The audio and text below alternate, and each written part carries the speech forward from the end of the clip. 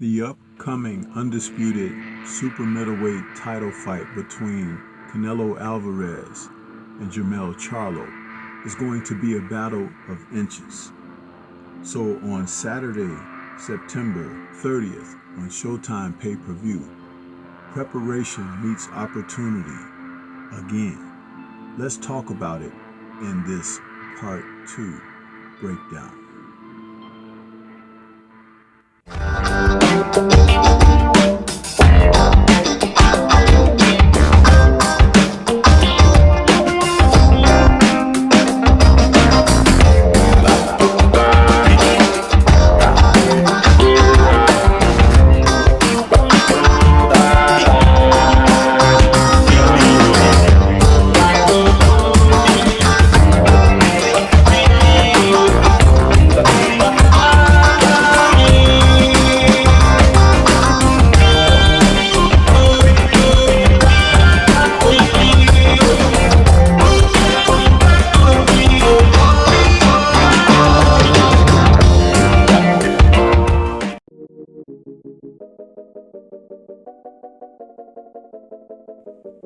And so now it begins.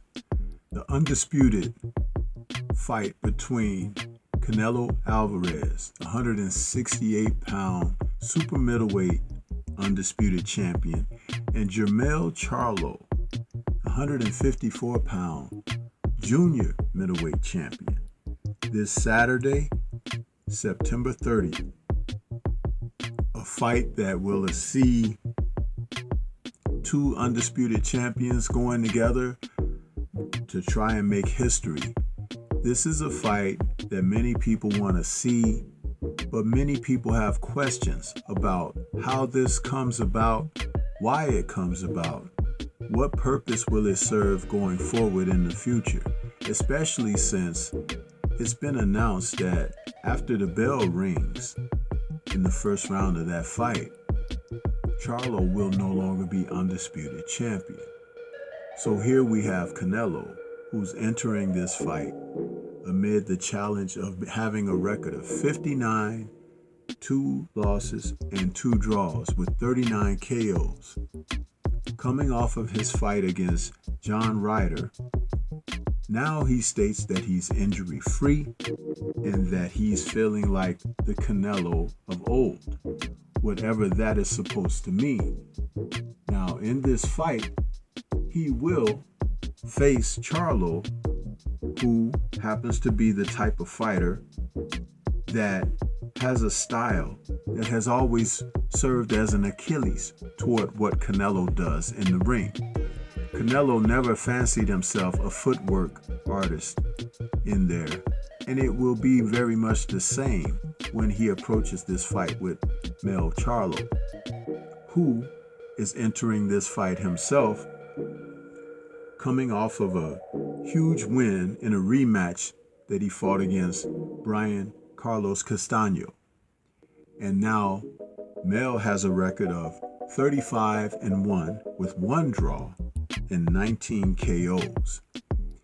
His career has shown to be one of an upward trajectory on a consistent basis for quite a while. That one loss to Tony Harrison in December of 2018 was a unanimous decision loss, but a fight that many people felt was so close that the decision could have went either way. And so Charlo was able to defeat Harrison in a rematch by KO in December of 2019, 1 year later. And he proved himself to be a true champion in doing so. So in this fight, as Canelo is looking to be the lead in this fight, he works behind head and body feints, and those are traps that he uses to perfection. Canelo is a master of making you look and see something, but coming with something else. And that experience allows him to have advantages over inferior fighters. One thing that he's able to do with his feints and head and body movement is to get a guy to freeze, like a deer in headlight, where he can get certain shots off against them. This may not necessarily work against Charlo, who I like to say has good eyes in the ring. People don't talk about that very much, but good trainers know what I mean when I say that. Charlo has good eyes, meaning that he can see things as they happen in real time. And he's a well-schooled inside puncher. He throws sharp, short shots where they have plenty of leverage and power on them. When he started out as a boxer being trained by Ronnie Shields, and his boxing technique has always been very good. As he got with Jared James and his body began to mature as he matured, the strength and power began to come on display. And that's where he now is a threat. He's one of the fighters that can carry his power from the opening stanza until the last round of a bout. And that can serve him well against Canelo, who is accustomed to fighters gassing out against him. He himself gasses as well, because Canelo seems to now be one who will load up and deliver his left hook, especially when he's in close quarters. And he likes to roll and counter when a fighter is within range. But this may not be an advantage against a fighter like Charlo, who has good feet. He can move in and out, side to side, while delivering punishing shots. And that will make a difference, because Canelo is typically accustomed to guys covering up when he goes on his offense. But Charlo is a very good counterpuncher, and there are two punches that he throws extremely well that can make the difference in a fight like this. One of them happens to be the vaunted punch that Floyd Mayweather used to use a lot during his career, the jab to the pit of the body. He's actually stopped a fighter with a shot like this, Jason Rosario.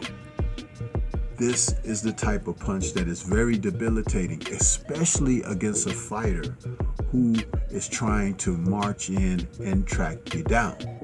When a fighter is coming in like that, that punch helps to establish distance and range. And Canelo, who doesn't have the best footwork, could be caught by these type of shots on a consistent basis, especially if Mel is throwing that shot near the chin, the chest, and the pit of the stomach. He has used a variation of the jab, and he uses it very well. So what that means for Canelo coming into this fight is that Canelo isn't the same as he used to be with his defense. I mean, he gets caught with shots now that he used to didn't get caught with, and it's happening more frequently. John Ryder was able to catch him with shots, but John was not a good puncher. John was only a fighter that has kind of mediocre to average power. Mel punches a lot harder, and he punches from different angles that Canelo may have to keep his head on a swivel to notice what's happening. And so therefore, with his defense being a little more porous as he has gotten older as a fighter, Canelo could be in jeopardy and susceptible, vulnerable against the second shot that Charlo throws very well. And that shot happens to be the uppercut. Mel throws uppercuts to the degree that his opponents don't see them. He can catch guys from angles, and he throws it off of combination sets sometimes that the other punches are effective enough that you have to be worried about those. And it's the uppercut that I think will be the difference in this fight, especially for Mel's success. I believe Canelo is vulnerable to this punch, but not just by getting hit with it like a Dillian White. It's from the angles that it can be thrown from. That's where he could be vulnerable. And as I said, Mel has good eyes. If he throws some shots early and notices that Canelo moves a certain kind of way, he can look to set that shot up. Overall, Canelo is the favorite here, as well as he should be. And this is the fight that Charlo should have to take from him. And I do favor Canelo in this fight going in. But as the fight progresses, I do believe that something will happen that will define the age, wear, and tear of Canelo Alvarez. That's the difference here. Mel doesn't have the wear and tear. They're the same age. Started fighting a year apart in their teens. Canelo 16, Mel 17. And though Mel doesn't have the numerous value of fights that Canelo has, he has had them against quality fighters. At the end of the day, that means more than anything. Canelo has moved up to divisions and faced good fighters, but not necessarily the best fighters of those divisions.